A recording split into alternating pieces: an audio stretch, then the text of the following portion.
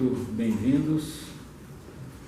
Recebam todos o nosso abraço fraterno, em especial aqueles que porventura estejam nos visitando pela primeira vez. Para mim é um privilégio muito grande poder conviver com vocês aqui por esses minutos, fazendo a nossa reflexão. Nossa casa de estudo, de trabalho, de oração é uma casa muito simples, mas recebe a todos com muita alegria e também acolhe a todos com muito carinho e com muito amor. Aproveitemos então as vibrações benfazejas de nossos amigos espirituais, do mentor da casa, Francisco de Paula Vitor, nosso querido Padre Vitor, e de tantos outros espíritos que aqui trabalharam e continuam trabalhando no mundo espiritual. Vamos acalmar os nossos corações, serenar as nossas mentes, deixando do lado externo, por alguns momentos, as nossas rotinas, os nossos compromissos e todas as nossas preocupações materiais. E vamos rogar a Deus, nosso Pai Celestial, inteligência suprema, causa primeira de todas as coisas. Vamos rogar a Jesus, nosso Mestre, o Espírito mais puro e mais perfeito que Deus ofereceu ao homem para nos servir de guia, para nos servir de modelo.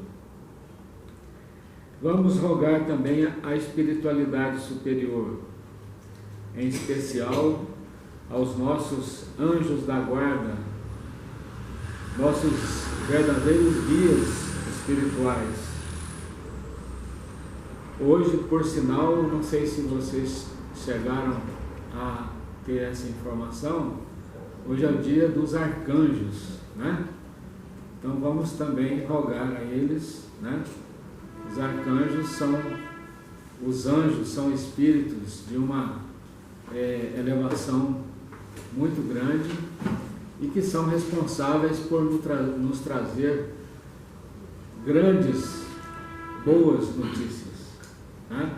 Então vamos rogar também a eles para que nos inspirem e nos acompanhem então durante essa reflexão, de modo que ela seja realmente um momento de muita paz, de oração e de aprendizado. E de modo especial vamos pedir aos nossos anjos da guarda para que eles nunca nos abandonem, nunca, mesmo com a nossa teimosia, que eles nunca se afastem de nós. Pai nosso que estais nos céus, santificado seja o vosso nome, venha a nós o vosso reino, seja feita a vossa vontade, assim na terra como nos céus. O pão nosso de cada dia dai-nos hoje, perdoai as nossas ofensas, assim como nós perdoamos a quem nos tem ofendido, e não nos deixeis cair em tentação, mas livrai-nos do mal, porque vosso é o reino, o poder e a glória para sempre. Que assim seja. Muito bem, meus irmãos, para essa reflexão dessa noite, nós colocamos aqui o tema, né? Vamos largar as pedras, vamos largar as nossas pedras, vamos nos desarmar, né? E espero que durante a reflexão a gente possa explicar melhor o porquê da escolha desse título. Nós colocamos aqui também, como nós fazemos toda semana, aquilo que nos orientou, aquilo que nos inspirou para esta reflexão, né? Então nós pegamos aí algumas partes desse livro, Meditações Diárias, de Emmanuel, né? De Chico Xavier, Evangelho de Mateus, capítulo 18, versículos 21 e 22. Pegamos aí o livro Amor e Sobrevivência, do Dr. Ornish, que é um médico nos Estados Unidos. Pegamos uma frase que nós pensamos aí, que foi colocada, foi dita, né, por William Shakespeare. E pegamos também aí o Evangelho de Lucas, capítulo 17, versículos 3 e 4, e o Evangelho de João, capítulo 8, versículos 1 a 11. Muito bem. Emmanuel, nesse livro, então, de Meditações Diárias, né? Emmanuel, acho que todo mundo já pelo menos ouviu falar, né? É o espírito mentor de Chico Xavier, né? É o espírito orientador espiritual de Chico Xavier. Muitas das vezes puxava a orelha mesmo do Chico, né? E o Chico ficava às vezes até assustado com a maneira como ele chamava a atenção, né? Então, ele diz o seguinte, na psicografia do próprio Chico: se todos perdoassem, a saúde humana atingiria prodígios de equilíbrio e longevidade, porquanto a compreensão recíproca extinguiria o ressentimento e o ciúme, que deixariam por fim de assegurar entre as criaturas terreno propício à obsessão e à loucura, à enfermidade e à morte. Então vejam a profundidade, né, dessas palavras. Então nós podemos concluir que para Emmanuel o perdão é um recurso indispensável, não para quem nos prejudicou, mas principalmente para o nosso bem viver. Ele é indispensável para a nossa saúde. Nós vamos ver com mais alguns detalhes. E certamente é por essa razão que Jesus se refere ao perdão em várias passagens evangélicas, né? Talvez a mais conhecida de todas seja aquela em que Pedro pergunta a Jesus sobre a quantidade de vezes que nós deveríamos perdoar. Isso está no Evangelho de Mateus, capítulo 18, versículo 21 e 22. E também está em Lucas, capítulo 17, versículos 3 e 4. Lucas, como sempre, é bem mais resumido, né? Os evangelhos de Lucas são muito resumidos. E, curiosamente, ele não conheceu Jesus em vida. Não sei se vocês chegaram a ler o livro, São Lucas, né? Ele foi até a Terra Santa à procura de Jesus já após a sua crucificação, após a paixão de Cristo, né? E então ele tem uma forma muito característica de escrever, bem curtinho. Ele diz o seguinte sobre essa passagem, que ele colhia então as informações com os outros apóstolos, com os discípulos, né? Com o povo, com as pessoas que haviam assistido algumas de suas pregações, etc. Então, ele diz aqui o seguinte: se teu irmão pecar, Jesus se dirigindo aos ouvintes, né? Então, se teu irmão pecar, repreende-o. Se ele se arrepender, perdoa-lhe. Se pecar 7 vezes no dia contra ti, e 7 vezes no dia vier procurar-te, dizendo, estou arrependido, perdoar-lhe-á. Já no Evangelho de Mateus, ele escreve o seguinte: então Pedro se aproximou dele, de Jesus, e disse, Senhor, quantas vezes devo perdoar a meu irmão, quando ele pecar contra mim? Até 7 vezes? Respondeu Jesus, não te digo até 7 vezes, mas até 70 vezes 7. O que Jesus quis nos dizer com isso? Para o povo naquele tempo, né, mesmo com a vinda de Jesus, eles ainda eram muito arraigados, né, às escrituras do Antigo Testamento, aos que diziam então os antigos, né? E para eles o número 7 tinha um significado cabalístico. Então, 7 não era simplesmente o número 7, né? Significava algo mais.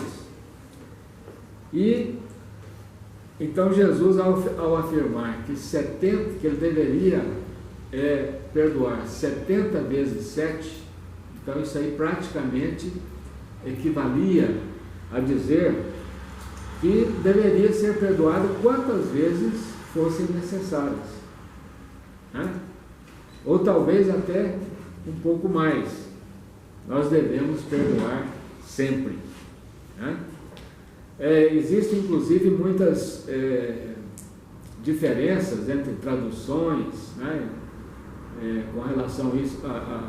Algumas traduções da Bíblia falam em 70 vezes, outros falam em 70 vezes 7, né, que seria 490, outros falam em 77, mas na verdade o que importa aqui é que esse número 7 significava então um grande número de vezes, né, que ele então julgava que nós deveríamos perdoar quantas vezes fosse necessário, ou sempre deveríamos perdoar, né?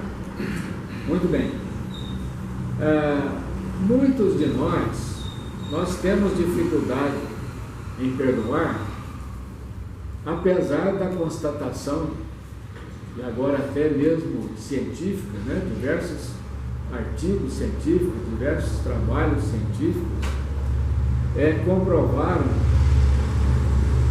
que o perdão traz inúmeros benefícios a quem perdoa.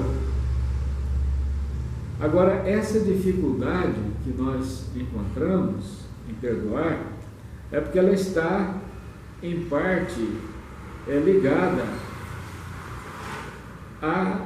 ao fato de que as pessoas acham que, ao perdoar, elas estariam concordando com o ato de que foram vítimas. E, na verdade, não tem nada uma coisa a ver com a outra, né? Então, perdoar não tem nada a ver com esse entendimento a respeito do perdão. Esse médico, Dr. Ornish, é um professor de medicina nos Estados Unidos. Ele é um ferrenho defensor da prática do perdão. Então, nesse livro, Amor e Sobrevivência, ele afirma o seguinte: o perdão não isenta de culpa nem aceita os atos de alguém que nos magoou.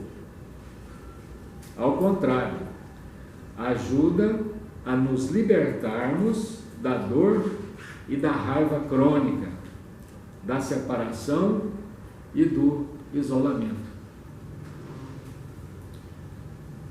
Porque muitas vezes, meus irmãos, a mágoa, nós utilizamos a mágoa, muitas das vezes, como uma forma de punição ao agressor, como uma forma de punição para aquele que nos machucou.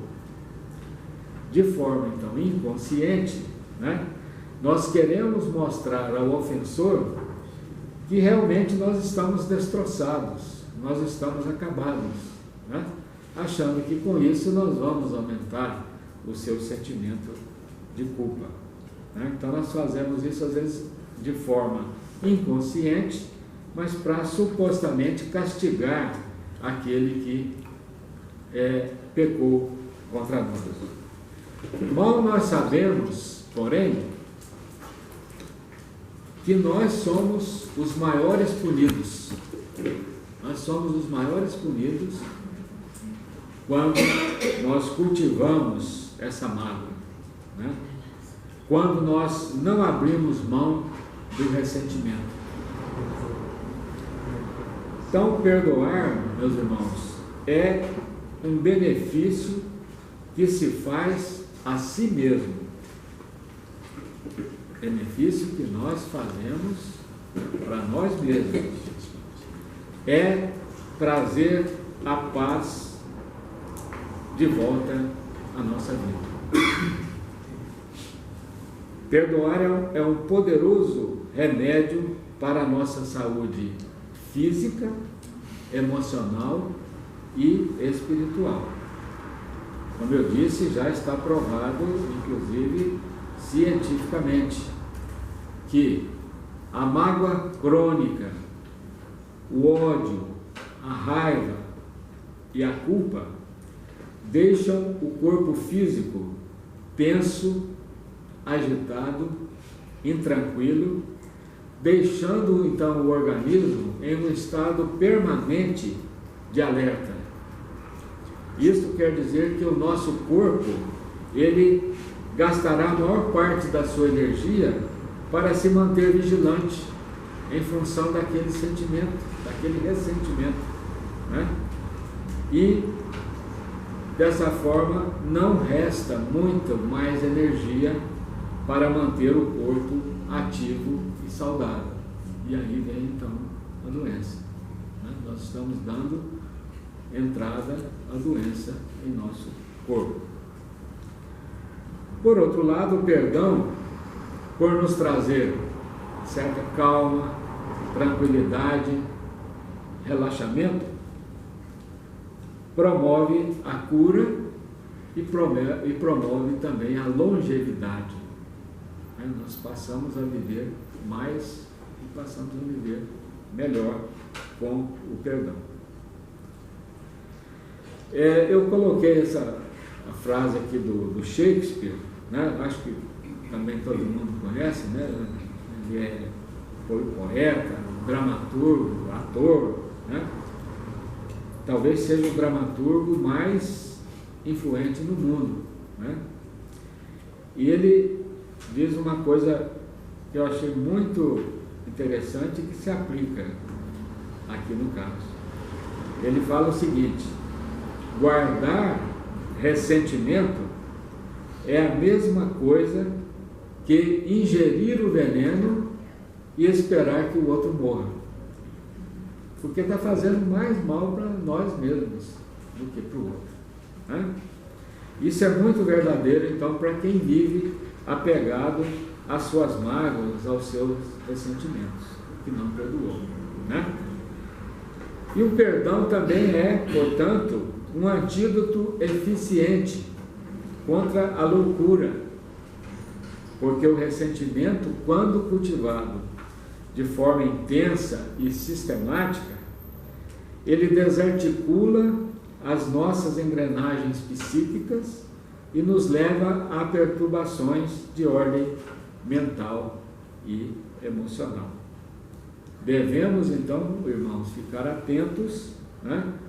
Porque às vezes muitas depressões podem apenas ser o disfarce, né? Ou podem ter como causa mágoas e decepções mais profundas, das quais nós ainda não conseguimos nos desvencilhar, não conseguimos ainda, né, trabalhar essas decepções e essas mágoas. Muito bem.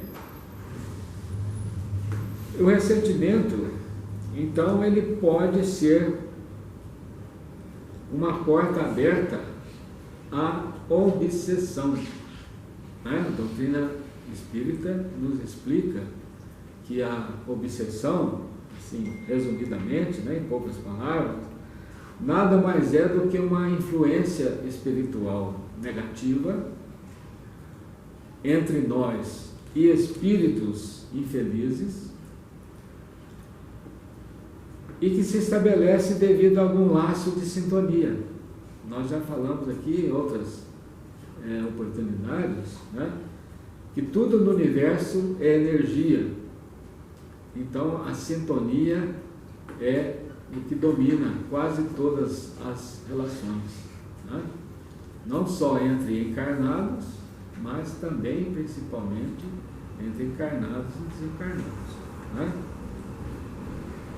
Então esse nosso estado de recusa ao perdão, ele se liga ao sentimento de espíritos que também não nos perdoam, ou ainda não nos perdoaram,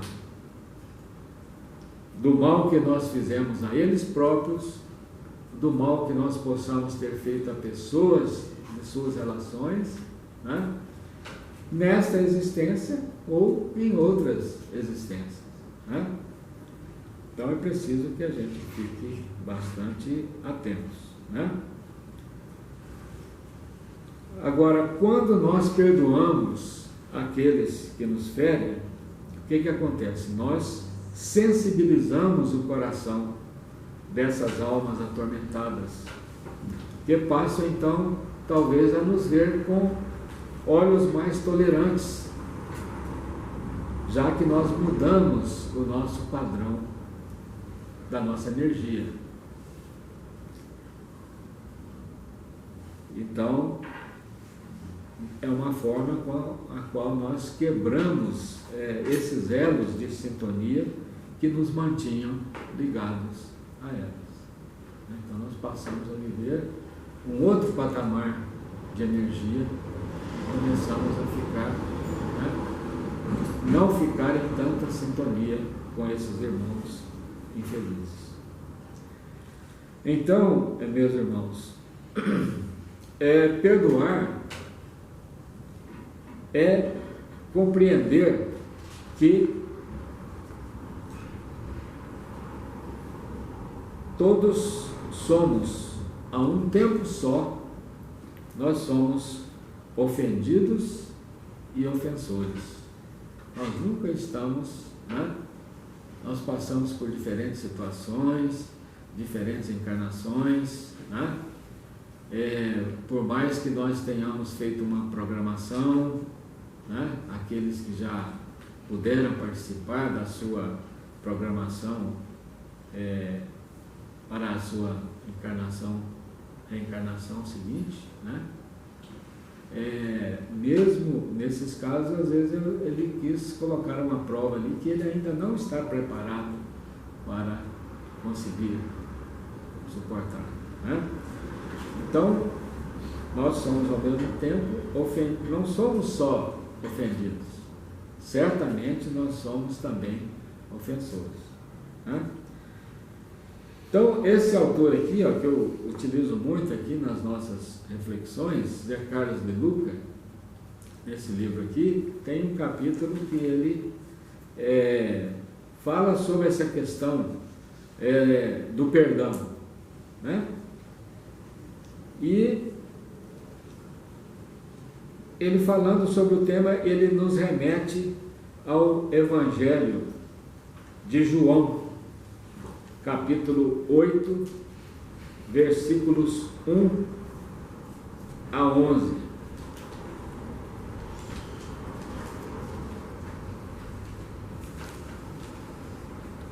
Que é o trecho, a passagem evangélica, né, que nos fala sobre a mulher adúltera. Então eu vou ler aqui rapidamente. Então é João, capítulo 8, versículos 1 a 11. Dirigiu-se Jesus para o Monte das Oliveiras. Ao romper da manhã, voltou ao templo, e todo o povo veio a ele. Assentou-se e começou a ensinar. Os escribas e os fariseus trouxeram-lhe uma mulher que fora apanhada em adultério. Puseram-na no meio da multidão e disseram a Jesus: Mestre, agora mesmo essa mulher foi apanhada em adultério. Moisés mandou-nos na lei que apedrejássemos tais mulheres. Que dizes tu a isso? Perguntavam-lhe isso a fim de pô-lo à prova e poderem acusá-lo. Jesus, porém, se inclinou para a frente e escrevia com o dedo na terra. Como eles insistissem, ergueu-se e disse-lhes: Quem de vós estiver sem pecado, seja o primeiro a lhe atirar uma pedra. Inclinando-se novamente, escrevia na terra. A essas palavras, sentindo-se acusado pela sua própria consciência, eles foram se retirando, um por um, até o último, a começar pelos mais idosos, de sorte que Jesus ficou sozinho com a mulher diante dele. Então ele se ergueu e, vendo ali apenas a mulher, perguntou-lhe: Mulher, onde estão os que te acusavam? Ninguém te condenou? Respondeu ela: Ninguém, Senhor. Disse-lhe então Jesus: Nem eu te condeno. Vai e não tornes a pecar. Né? Então, o Zé Carlos de Luca, ele conclui fazendo uma pergunta, né? Como fez Jesus: quem poderá, portanto, atirar a primeira pedra? E conclui da seguinte forma: perdoar é largar as pedras, para que elas não nos firam mais. Que a paz de Cristo esteja sempre conosco.